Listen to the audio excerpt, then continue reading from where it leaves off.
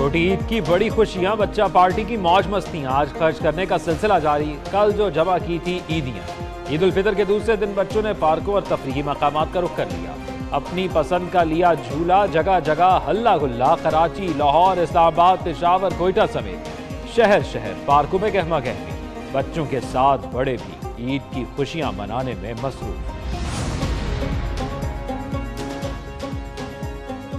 ایک طرف سمندر کی موجیں، دوسری جانب لوگوں کی موجیں۔ کراچی والوں نے عید کی خوشی منانے کے لیے ساحل سمندر کا رخ کر لیا۔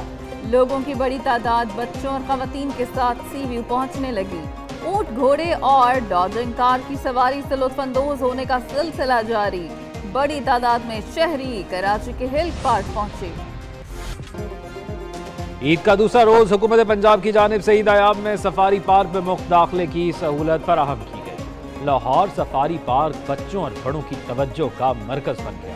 عید کے دوسرے روز بھی ہزاروں افراد نے سفاری پارک کا رخ کر لیا۔ سفاری پارک میں موجود جانور دیکھ کر بچوں کے ساتھ بڑے بھی محظوظ ہوتے رہے۔ اسلام آباد میں بھی شہریوں نے تفریحی مقامات کا رخ کر لیا۔ بڑی تعداد میں لوگوں کی پرفضا مقام دامن کو آمد۔ موسم اور قدرتی مناظر سے خوب لطف اندوز ہوئے۔ نوشہرہ میں جلوزئی کے مقام پر، مرزا گل بابا کے مقام پر عید میلہ سج گیا۔ شیخوپورہ میں فیملیز نے تاریخی سیرگاہ ہرن مینار کا رخ کیا۔ گوجرانوالہ میں شہری کشتی رانی سے لطف اندوز ہوئے۔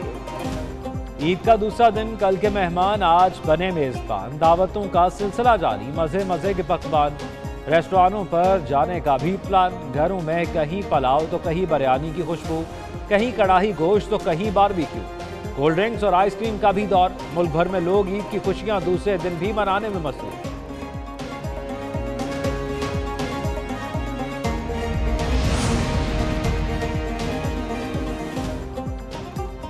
صدر مملکت آصف علی زرداری کی عید کے دوسرے روز زرداری ہاؤس نواب شاہ میں ملاقاتیں۔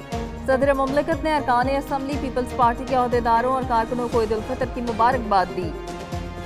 صدر سے نثار کھوڑو، شازیہ مری، ضیاء الحسن لنجار اور حاجی علی حسن زرداری عید ملے۔ وزیر اعظم شہباز شریف سے وزیر داخلہ محسن نقوی کی ملاقات۔ وزیر اعظم اور وزیر داخلہ میں عید الفطر کی مبارکباد اور نیک خواہشات کا تبادلہ۔ وزیر اعظم کا عید کے موقع پر ملک میں امن و امان پر اظہار اطمینان۔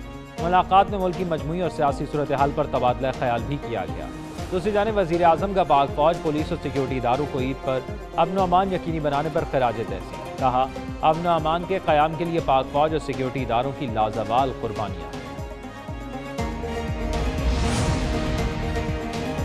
سب سے پہلے تو میری طرف سے پوری قوم کو عید مبارک۔ میں بہت فخر محسوس کر رہا ہوں کہ اللہ تعالیٰ نے مجھے موقع فراہم کیا کہ میں اس خوشیوں سے بھرپور تہوار پر بھی اس سرزمین پاکستان کی حفاظت کا فریضہ سر انجام دے سکوں۔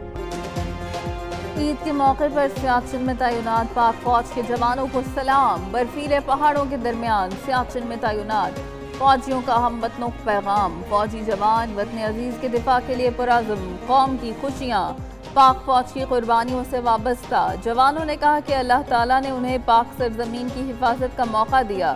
عید کے موقع پر بھی دفاع وطن کا فرض نبھانے پر خوشی ہے۔